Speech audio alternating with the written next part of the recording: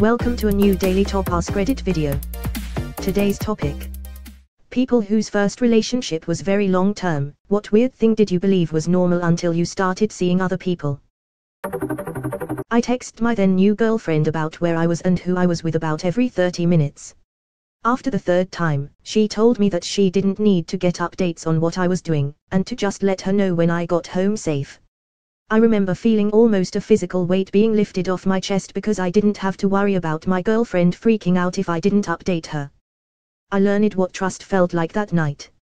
I am actually amazed at how many married couples are this way.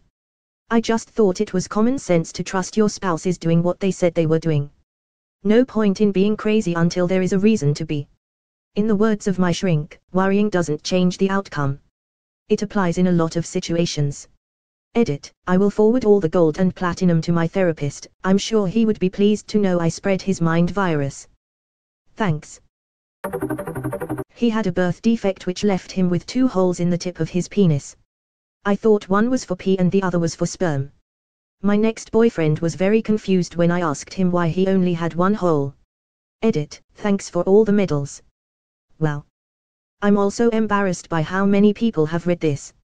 And since there's too many comments to reply to, but I kept getting asked, my school's sex ed program was separated by gender, so I only learned female anatomy.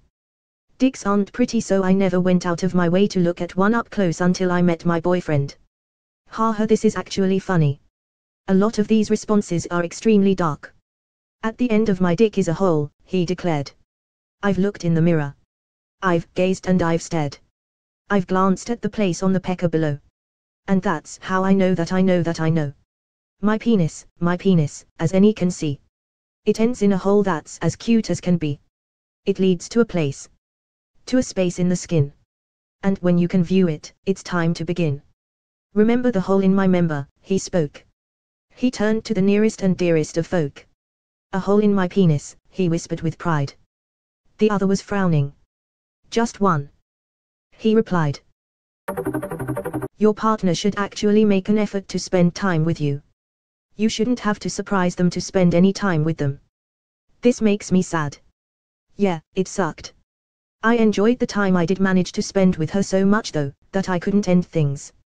I don't blame her though, she was struggling with depression and it was difficult for her to find the energy to do anything. That some girls, in a relationship, don't like to kiss as often as others. I'm just talking about pecs when I/GF gets home etc. I always enjoyed a hello kiss, but I guess some girls don't. R/herpes_free_since_73 with a username like that I would have also been a little hesitant to get a peck. Why?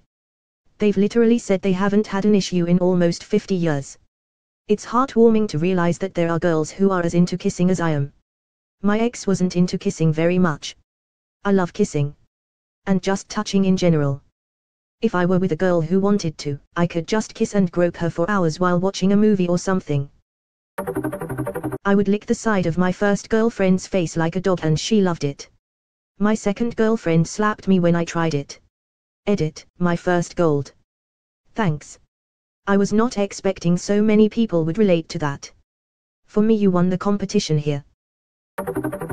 It wasn't super long term, only about a year, but when you're in high school that's fairly long term. My ex was a very clingy dude, sweet, but would follow me around every social gathering and get jealous of me spending time with my friends. When I started dating the guy who is now my husband, I remember looking around at a party early on of mostly my friends that he hadn't met before and I couldn't find him.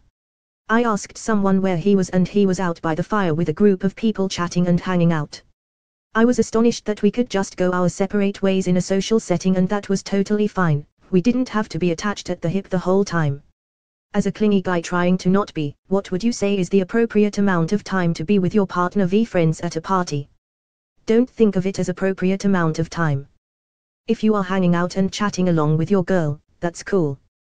But if you are just standing there while she is talking, that is being clingy. He was extremely well endowed. We dated from middle school into college and I was much for porn at the time, so while I knew it was large, that's what I just thought large penises looked like. Turns out something like that is so rare it's even hard to find in porn. Also, turns out sex wasn't supposed to a ridiculous challenge either.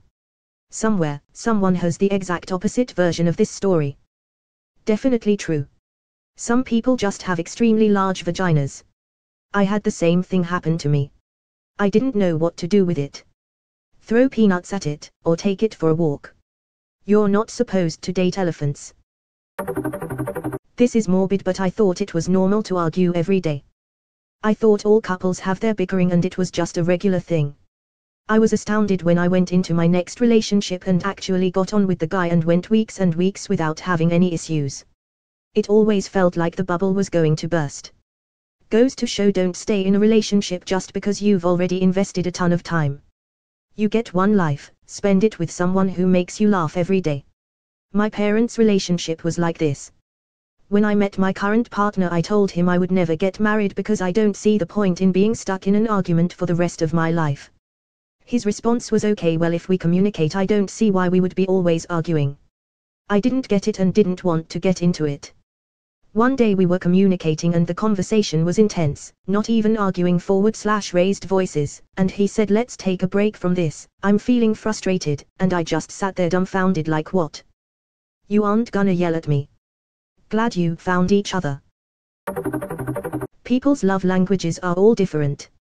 It's especially jarring when you have a lot of experience doing things a certain way, and then finding out that isn't what somebody else needs.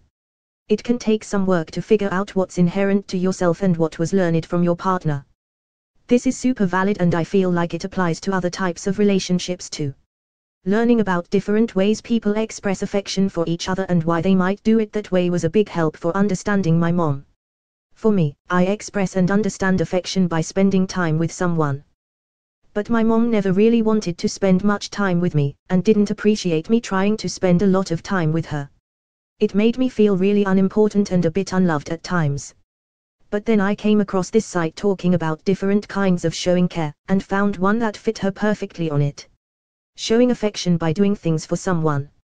Not with them, but for them, to make their lives easier. My mom had been trying all that time to show she cared by doing little things for me all the time, things I often hardly even thought to notice. And that was probably why she would get so upset when she asked me to do some small thing for her and then I forgot.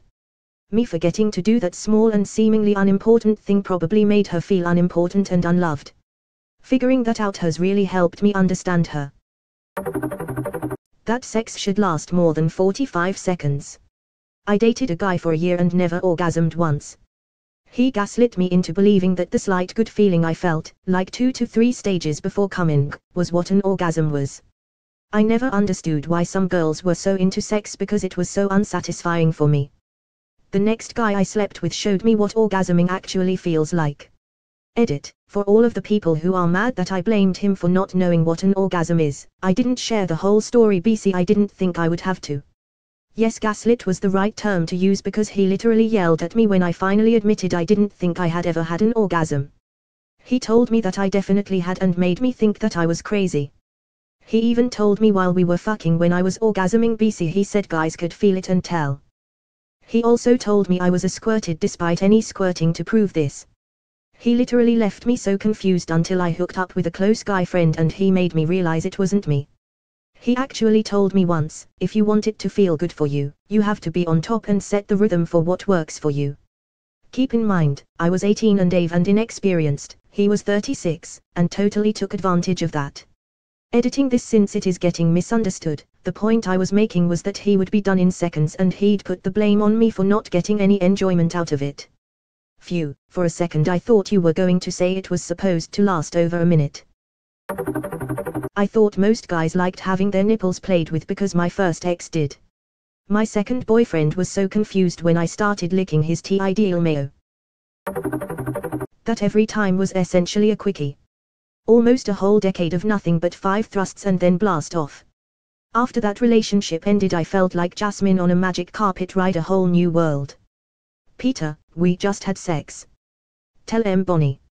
Yes, we had what Joe considers sex. Same. At first I thought his personality made up for it, but I was wrong about that too, lol. This entire thread is making me sad laugh for these guys you're all talking about.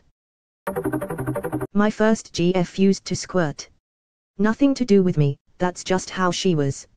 After say, 5 minutes of foreplay she'd be squirting all over the place, and then for the rest of the session she'd be extremely wet.